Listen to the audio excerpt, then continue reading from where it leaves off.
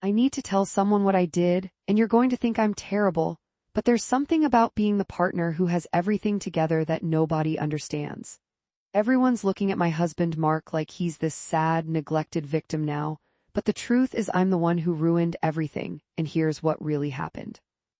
If I don't tell this story, you'll never understand why I'm sitting here in our bedroom every night pretending to read while he watches TV downstairs like we're strangers who happen to share a mortgage. But once you know what I know, you'll see why I had no choice but to protect myself the way I did. I'm going to tell you everything, including the moment I laughed in his face when he tried to tell me how he felt, and the part that makes me look worst. I'm saving that for the end because you need to understand what it's like to be the strong one first. Mark and I have been together for 11 years, married for 8. When we met, I was the one everyone counted on. At work, I was the project manager who never missed deadlines. In my friend group, I planned everything. In my family, I was the responsible one who remembered birthdays and organized holidays. Mark was different from the guys I'd dated before. He was quiet, steady, not demanding. He seemed grateful for the way I took charge of things. That's what attracted me to him, honestly. With other boyfriends, there was always this competition about who was smarter, who made more money, who had better ideas. Mark just let me lead. When I suggested restaurants, he was happy to go along. When I wanted to move to a bigger apartment, he agreed. When I planned our wedding mostly by myself because he said he didn't have strong opinions about centerpieces and color schemes, I thought I'd found the perfect partner. I didn't realize I was building a dynamic that would eventually suffocate us both. The first few years of marriage were good, or at least I thought they were good. I handled our finances because I was better with money. I made most of our social plans because I was more outgoing. I dealt with contractors and service people because I was more assertive. Mark worked his 9 to 5 as an accountant, came home, and seemed content to let me run the show. Looking back, there were signs. Small things that didn't register as problems at the time. Like when we'd go to dinner parties and I'd tell stories about our life, Mark would just smile and nod. I thought he was being supportive. I didn't realize he'd stopped trying to contribute, because I always talked over him or corrected details he got wrong. Or when I'd suggest weekend activities and he'd say, "Whatever you want." I thought he was being easygoing. I didn't realize he'd given up having preferences because I'd shot down so many of his ideas over the years that he'd internalized the message that his interests weren't as worthwhile as mine. The thing is, I wasn't trying to be controlling. I genuinely thought I was being helpful. When Mark would suggest we try some new hobby together and I'd point out all the logistical problems or why we didn't have time, I thought I was being practical. When he'd plan a date night and I'd reschedule it because something came up at work, I thought I was being responsible about my career. I thought I was the one holding our life together. The first time Mark said something about feeling unappreciated, we'd been married for 5 years. We were at home on a Sunday, and I was going through our budget because I'd found some charges on our credit card that seemed wasteful. Mark had bought some expensive art supplies. He mentioned a few months earlier that he wanted to get back into painting, something he'd loved in college but hadn't done in years. "We're trying to save for a house," I said, showing him the statement. "This is $200 we could have put toward our down payment." He was quiet for a moment. Then he said, "I just wanted to do something for myself, something creative." "I get that, but we talked about our financial goals. This wasn't in the budget." "You made the budget," he said. "I don't remember talking about it. You just sent me a spreadsheet." That annoyed me. "I sent you a spreadsheet and asked for your input. You said it looked fine." "Because you already had it all figured out. You always do." There was something in his voice that made me look up from my laptop. He had this expression I'd never seen before. Not angry exactly, tired. "What's that supposed to mean?" I asked. "Nothing, forget it." "No, clearly you have something to say." He hesitated, then said, "Sometimes I feel like nothing I do matters to you, like you've got our whole life planned out and I'm just along for the ride." I should have listened. I should have put down the laptop and really heard what he was trying to tell me, but instead I got defensive.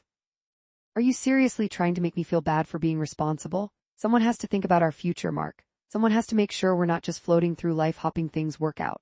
I'm not saying don't plan, I'm saying maybe include me in the planning. Maybe ask what I want sometimes instead of just telling me what we're doing." "I always ask what you want. You're the one who never has an opinion. Because you make it clear my opinions aren't as good as yours." That stung because there was truth in it, but I wasn't ready to admit that. "That's not fair. I can't help it if I've thought things through more thoroughly than you have." He looked at me for a long moment, then just nodded. "You're right, forget I said anything." And that was it. We moved on. I thought I'd won the argument, but really I just taught him there was no point in trying to communicate with me. Things continued the same way for another year. I kept making decisions, Mark kept going along with them, and I kept telling myself we had a good marriage because we never really fought. Then Mark's mom got sick. Cancer, aggressive, the kind where the prognosis isn't good. Mark was devastated. He's an only child and his dad had passed away when Mark was in college, so his mom was everything to him. I tried to be supportive. I went to doctor's appointments with him, helped research treatment options, brought meals to his mom's house. But I also had a huge project at work, the kind that could make or break my career trajectory at my company. I was up for a promotion to senior director, and I was competing against 2 other candidates. The thing about being the competent one is that people expect you to handle everything perfectly all the time. They don't want to hear that you're overwhelmed or scared or barely holding it together. They just want you to deliver results. So I tried to be there for Mark while also working 12-hour days and managing the stress of the promotion competition. Looking back, I know I wasn't present enough. I know he needed more from me than I was giving. But at the time, I felt like I was doing my best to keep all the plates spinning. Mark started going to therapy. His mom's oncologist had recommended it to help him process what he was going through. He asked if I'd come to a few sessions with him for couples counseling, just to help us navigate this difficult time together. I said I was too busy with work, that we'd do it after my project was done and the promotion was decided. I remember the look on his face when I said that, like something inside him just folded up and closed off. Okay, he said, sure, after your project. His mom died 3 months later, 2 weeks before I got the promotion. I took time off work for the funeral, handled all the logistics of the memorial service, dealt with the relatives who showed up and needed accommodating. I was good at that kind of thing, organizing, managing, keeping everything running smoothly. What I didn't do was hold Mark while he cried. I didn't ask him how he was really feeling. I didn't create space for his grief because I was too busy managing the logistics of it. A month after the funeral, after things had settled down and I'd started my new role at work, Mark tried again. We were in bed, both reading. He put down his book and turned to me. I've been thinking, he said, maybe we should do that couples counseling now. I think it would be good for us. I didn't even look up from my phone where I was responding to work emails. Things are fine now, though. The stressful period is over. I don't think things are fine. That got my attention. I put down my phone. What do you mean? I feel like we're roommates, not partners. I feel like you don't actually need me for anything except to split the rent and show up at events so you don't have to go alone. That's ridiculous. Of course I need you. For what? The question caught me off guard. I scrambled for an answer. For companionship, for partnership, because I love you. Do you, though? Now I was getting angry. How can you even ask me that? I just spent 3 months helping you take care of your mom, managing everything so you didn't have to. Managing, exactly. That's all you ever do. You manage me like I'm one of your work projects.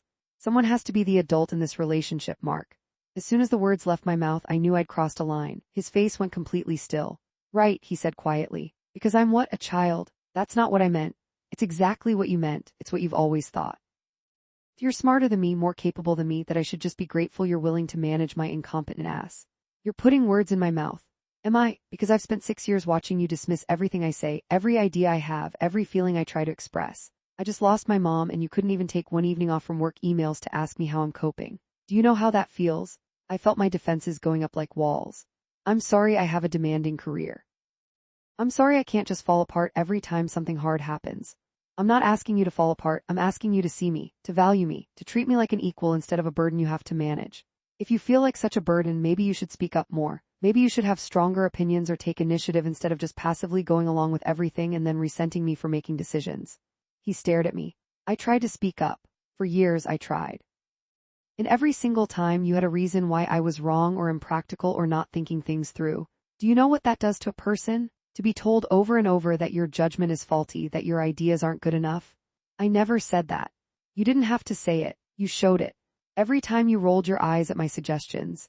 Every time you fixed plans I'd made because they weren't up to your standards. Every time you told a story about our life and didn't even notice you were editing me out of it. This was the moment when I should have listened, really listened, and understood what he was telling me. The moment when I could have saved everything. Instead I laughed, not a big laugh, just a short, sharp sound of disbelief, but it was enough. You feel unappreciated, I said, and I could hear the condescension in my own voice but couldn't seem to stop it. Mark, I appreciate you. But you have to give me something to appreciate. You can't just coast through life being agreeable and then get upset when someone else has to make all the decisions. He looked at me like he'd never seen me before. Then he got up, took his pillow, and went asleep in the guest room. That was 18 months ago. The thing I didn't realize, the thing I was too stubborn and self-righteous to see, was that when someone tells you they're going to stop trying, you should believe them. Mark didn't yell or make threats or demand changes. He just quietly withdrew from our marriage in every way that mattered. It happened so gradually that I didn't notice at first. He still came home at the same time, still slept in our bed after that first night, still showed up to the social obligations we'd committed to. but he stopped engaging with me beyond the bare minimum. When I'd talk about my day, he'd nod and say, "That's interesting," or "Sounds tough," without really responding. When I'd suggest weekend plans, he'd say, "Whatever you want." When I'd ask his opinion on anything, he'd shrug and say, "You decide." At first, I told myself things would blow over. We'd had a fight and he was being sulky, and eventually he'd get over it. I even felt a little vindicated. See, he was being passive-aggressive instead of communicating, which just proved my point about his conflict avoidance. I convinced myself I was the rational one, waiting patiently for him to stop pouting. But weeks turned into months and things didn't get better. They got quieter. Mark stopped trying to talk to me about anything substantive. He stopped sharing what he was thinking or feeling. He became exactly what I'd accused him of being, a passive presence in our home who went along with everything without complaint. And it was awful. You'd think getting exactly what I wanted, a partner who didn't push back, who let me run everything my way, would feel like a victory. Instead, it felt like living with a ghost. I tried to talk to him about it once, about 3 months after our fight. "You've been distant lately," I said. "Have I?" He didn't even look up from his phone. "Yes, we barely talk anymore. We're talking right now. You know what I mean, real conversations about things that matter." He finally looked at me. His expression was completely neutral. "What would you like to talk about?" "I don't know us, how you're doing, anything." "I'm fine, we're fine." "Was there something specific you needed?" The way he said needed, like I was a manager checking in on a direct report, made my skin crawl. "I just miss feeling connected to you," I said, and I meant it. I did miss it, even though I hadn't realized what we'd had until it was gone. "Okay," he said, and went back to his phone. That's when I started to get scared. Not scared enough to change anything significant, but scared enough to feel a constant low-grade anxiety about the state of my marriage. I threw myself into work even harder, telling myself that at least there I was valued and appreciated. I got promoted again. I took on a major new account. I traveled more for business. Mark never complained. He never asked me to stay home or spend more time together. He just said, "Have a good trip and glad you're back," and existed in our home like a polite stranger. We stopped having sex, not because we fought about it or because either of us explicitly refused. We just stopped. I'd be too tired from work, or he'd stay up later than me, or I'd wake up before him.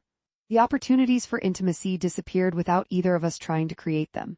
Our friends started noticing something was off. We'd go to dinner parties and Mark would be friendly but distant, nursing one beer all night while I drank wine and got louder and more animated, trying to fill the silence he left. People would ask me afterward if everything was okay, and I'd wave them off and say we were just busy with work. Then came the incident that made me realize how bad things had got. We were at my company's holiday party. These things are important for my career, and I always expect Mark to show up and be charming and make a good impression. He'd always been good at that, even if he was quiet. People liked him. This year he showed up like I asked. He wore the suit I'd laid out for him. He smiled and shook hands and made small talk. Everything looked fine from the outside, but my boss Amanda pulled me aside halfway through the night. "Is Mark okay?" she asked. "Why do you ask?" "I was just talking to him and I asked how he was doing. He said fine, so I asked what he'd been up to lately and he said the usual. I asked if he had any plans for the holidays and he said whatever Rachel decides." She gave me a concerned look. He seemed, I don't know, not present. Like he was somewhere else entirely. I felt a flash of embarrassment, then anger. "He's just tired, we've both been working a lot." "If you say so, I just wanted to make sure everything was all right. You two always seemed so solid." After the party in the car, I snapped at him. "Could you have been any more checked out tonight? You made us look like we're having marital problems." He didn't even glance over from the driver's seat. "Aren't we?" "What? Having marital problems? Isn't that what this is?" "We're fine, we just need to reconnect."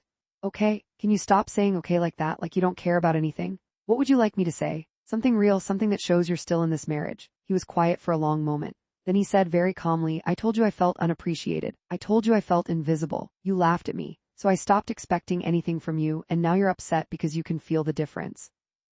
But I don't know what you want from me, Rachel. I really don't. I want my husband back." "Which version? The one who tried to share his feelings and got shut down? The one who made suggestions you ignored? The one who needed support when his mom was dying and didn't get it?" I didn't have an answer to that. We drove the rest of the way home in silence.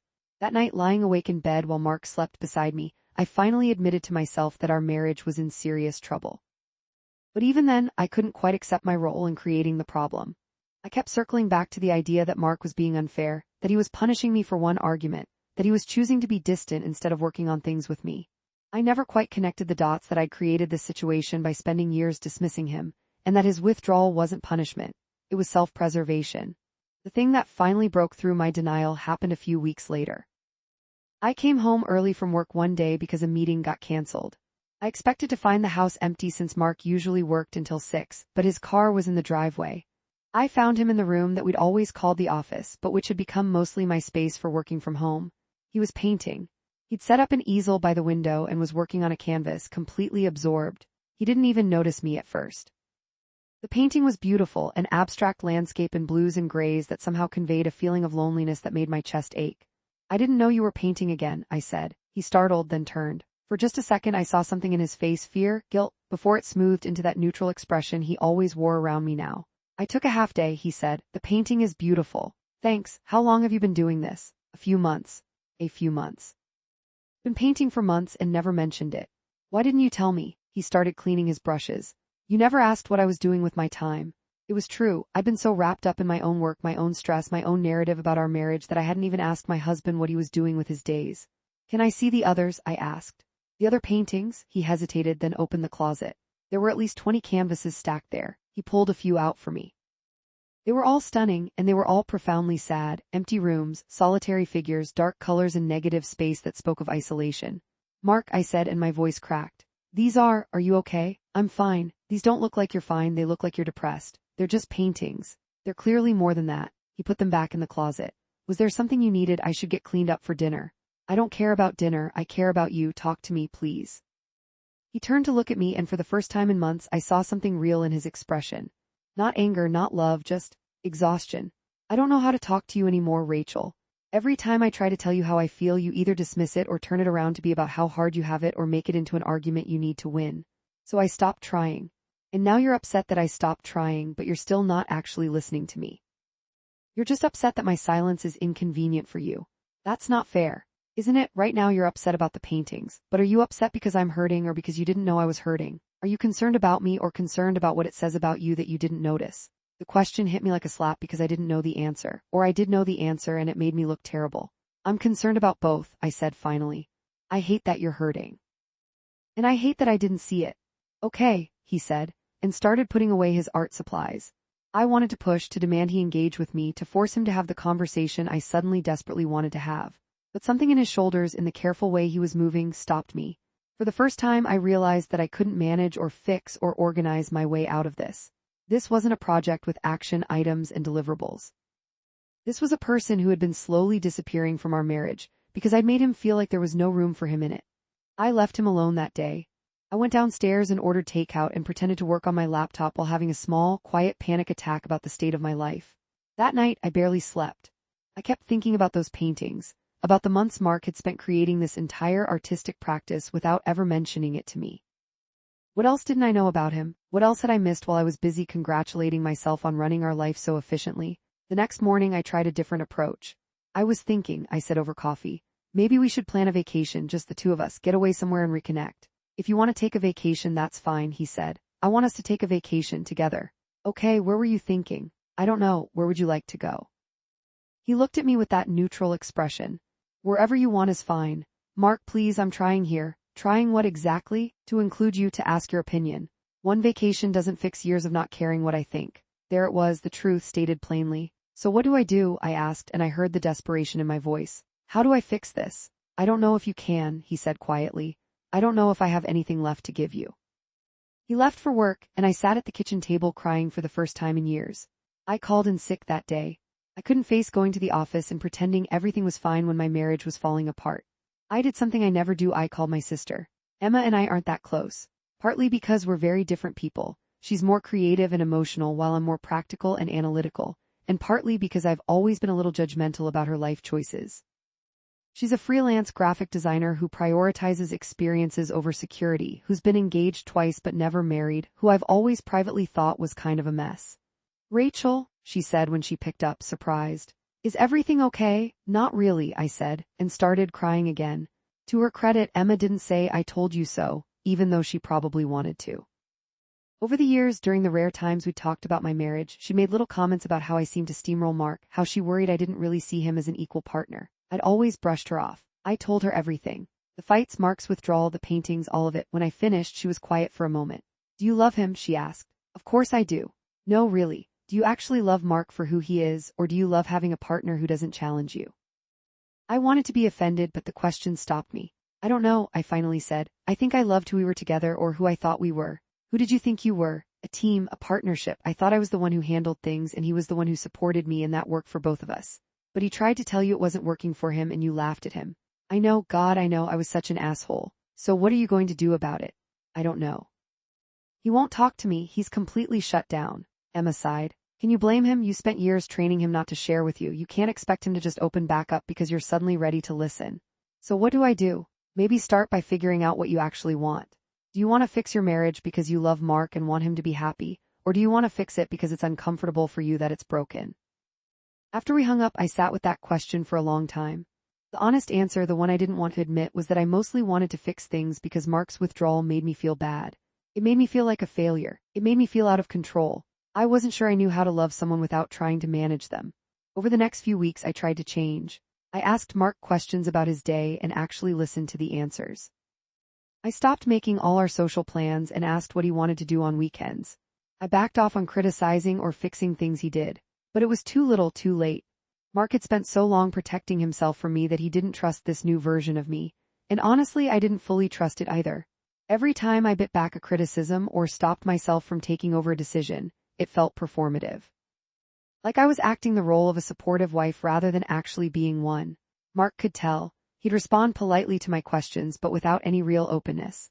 He'd make suggestions about weekend plans that were so generic they might as well have been whatever you want. He was going through the motions of engaging with me while keeping himself completely protected. We were two people pretending to be married. The real breaking point came about 6 months ago. My company had a major conference in San Francisco and everyone was expected to attend. It was a 5-day event and partners were invited to a fancy dinner on the third night. I asked Mark if he'd come with me for that part of the trip. If you need me to, he said. I'd like you to, but only if you want to come. He looked at me for a long moment and I could see him debating whether to say what he was actually thinking. Do you really care if I want to come? He asked finally. Or do you just need someone to stand next to you at the dinner so it doesn't look like your marriage is falling apart? The accuracy of the question, the way it pinpointed exactly the insecure, selfish reason I wanted him there, made me defensive. Why do you always assume the worst about my motives? Because you've given me 8 years of evidence that you care more about appearances than reality. That's not true, isn't it? When have you ever chosen me over your image? When have you ever prioritized what I need over what looks good? I couldn't answer. Every example I tried to think of fell apart under scrutiny. You want me at the dinner because you don't want people asking questions about where your husband is, he continued. You want me to show up and smile and play the role of supportive spouse so you look good in front of your colleagues, just like you've always wanted me to show up and smile and play whatever role made you look good. So you're not coming. My voice came out sharper than I intended. I'll come. I'll wear the right thing and say the right things and make you look good. That's what I'm for, right? He walked away before I could respond. At the conference, Mark did exactly what he said he'd do. He showed up to the dinner in a suit, made polite conversation with my colleagues, played the role of the perfect husband. And I hated every second of it. I hated it because I could see what everyone else couldn't, that he wasn't there at all, not really. He was performing, the same way I'd been performing as the concerned wife these past months. We were both pretending and the pretense was killing us. On the last night of the conference, after the final session, I went back to my hotel room and found Mark packing his bag. What are you doing? I asked. Our flight isn't until tomorrow afternoon. I changed mine, I'm flying out in a few hours. Why? He zipped his bag and turned to face me. Because I can't do this anymore, Rachel. I can't keep pretending we have a marriage when we both know it's been over for a while now. My heart started racing. What are you saying? I'm saying I think we should separate, officially, not just living like roommates but actually living separately. Mark, no, we can fix this. I know I've been difficult, but I'm trying. You're trying to manage the situation. That's what you always do. But you can't manage your way into intimacy. You can't organize your way into connection. So you're just giving up. He laughed, but there was no humor in it. I gave up 18 months ago when you laughed at me for saying I felt unappreciated. I gave up when you couldn't take one evening away from work emails while my mom was dying. I gave up when you made it clear over and over that my thoughts and feelings and needs were just inconveniences you had to work around. I've been gone for a while, Rachel. You're just noticing now because it's affecting you. I love you, I said, and I meant it. Or I meant something. I wasn't even sure anymore what love was supposed to feel like when it wasn't wrapped up in control and management and the need to have everything look right. Maybe you do, he said, but you don't know how to love me in a way I can actually feel, and I don't have the energy to keep trying to teach you. He left that night. When I got home 2 days later, half his stuff was gone from our house. He'd moved into a furnished apartment across town. He texted me the address and said we should probably talk to a lawyer. That was 6 months ago. We're separated but not divorced yet. We're in this weird limbo where we're still legally married but living completely separate lives. We communicate through text about logistics, bills, insurance, eventually what to do with the house. Always polite, always distant. Here's the part that makes me look worst, the part I said I'd tell you. I'm still not sure I learned anything. I've been going to therapy, which my therapist says is progress. But even in therapy, I find myself trying to manage the process. Trying to be the best therapy patient, the one who has the most insights, who makes the most progress. Trying to fix myself like I'm a project with a deadline. My therapist keeps asking me what I want. Not what I think I should want, not what would look good, but what I actually want. And I still don't have a good answer. I miss Mark. I miss having someone in the house. I miss the image of our life together, the couple we looked like from the outside. I miss telling people my husband instead of having to explain that we're separated. But do I miss Mark specifically? Do I miss who he actually is as a person, separate from what he provided for me? I don't know. I look at couples around me and try to figure out what they have that we didn't. I see my friends making decisions together, compromising, sometimes arguing, but always coming back to each other. I see relationships where both people seem to matter equally. And I realize I never learned how to do that. I learned how to be independent. I learned how to be competent. I learned how to handle everything myself and feel superior about it. I never learned how to be a partner. My sister asked me last week if I thought Mark and I would get back together. I don't know, I said. I think he's happier without me. Are you happier without him? It was a good question. Am I happier? I'm certainly more in control. I don't have to consider anyone else's needs or preferences. I can make all my own decisions without input or pushback. I live exactly the way I always wanted to live, completely on my own terms. And I've never been more miserable. Because here's what I've realized: being right doesn't matter if you're alone. Being competent doesn't matter if you've used your competence as a weapon to make someone else feel small. Being in control doesn't matter if you've controlled yourself right out of intimacy. I see Mark sometimes around town. He looks different, lighter somehow, like he's been carrying something heavy for years and finally put it down. The last time I saw him, he was at a coffee shop with a sketchbook drawing. He looked peaceful, present in his own life in a way I never saw when we were together. I wanted to go over and talk to him, to tell him I finally understood what he'd been trying to tell me all those years, that I was sorry, that I'd give anything to go back and listen the first time he said he felt invisible. But I didn't. Because the truth is, even my apology would probably be more about making myself feel better than about actually honoring his experience. So I let him be. I went home to my empty house and my perfectly organized life and my career that's going great and my complete inability to connect with anyone in a meaningful way. Sometimes I wonder if he'll meet someone else. Someone who actually sees him, who values his gentleness instead of dismissing it as weakness, who asks his opinion and means it. I think about that person getting the best parts of Mark, the parts I never appreciated. His thoughtfulness, his creativity, his capacity for depth that I never bothered to explore because I was too busy running the show. And I realize that's what I deserve, to watch someone else value what I threw away. My therapist thinks I'm being too hard on myself. She says recognizing the problem is the first step, that change takes time, that I'm doing the work. But I'm not sure she's right. Because even now, even after everything, my first instinct is still to manage and control. When she asks me how I feel, I want to give her the right answer. When she suggests I sit with uncomfortable emotions, I want to problem-solve my way out of them. I don't know if I'm capable of the kind of openness and vulnerability that real partnership requires. I don't know if I can unlearn 38 years of believing that being strong means doing everything yourself and never needing anyone. What I do know is this: Mark told me he felt unappreciated, and I laughed. He quit trying, and now I'm invisible, not to him but to myself. I look in the mirror and see someone competent and successful and completely hollow. I got everything I thought I wanted, a career I'm proud of, a life that looks impressive from the outside, total autonomy and control, and I've never felt more lost. People ask me sometimes if I regret how things turned out, if I wish I'd done things differently. The answer is yes and no. Yes, I regret hurting Mark. I regret the specific moments when I was cruel or dismissive. I regret not getting therapy sooner, not working on myself when there was still something to save. But I'm also not sure I could have done anything differently with the tools I had at the time. I was doing what I'd always been taught to do: be strong, be capable, be independent. I thought those were virtues. I didn't realize they could also be weapons you use to push people away. Maybe that's just an excuse. Maybe I'm still trying to manage the narrative, to make myself look better in the story of my own life. I don't know anymore. What I do know is that somewhere in the world my husband, my almost ex-husband, is living his life without me, and he's probably better for it. And I'm here in the house we bought together, surrounded by the life I built so carefully, finally understanding that you can't manage your way to happiness. You can't control your way to love. And you can't laugh at someone's pain without paying for it eventually. I paid for it. I'm still paying for it. And the worst part? The part that really makes me the villain of this story? I'm not sure I'd recognize real love if it showed up at my door. I'm not sure I'm capable of the kind of openness it requires. I might just be broken in a way that no amount of therapy or self-awareness can fix. Or maybe that's just another story I'm telling myself to avoid the scarier truth that I could change if I really wanted to. But change is terrifying and being right is comfortable, even when being right means being alone. I laughed when he said he felt unappreciated. He quit trying, and now I'm invisible to the person I miss most. That's the story. That's the confession. Make of it what you will.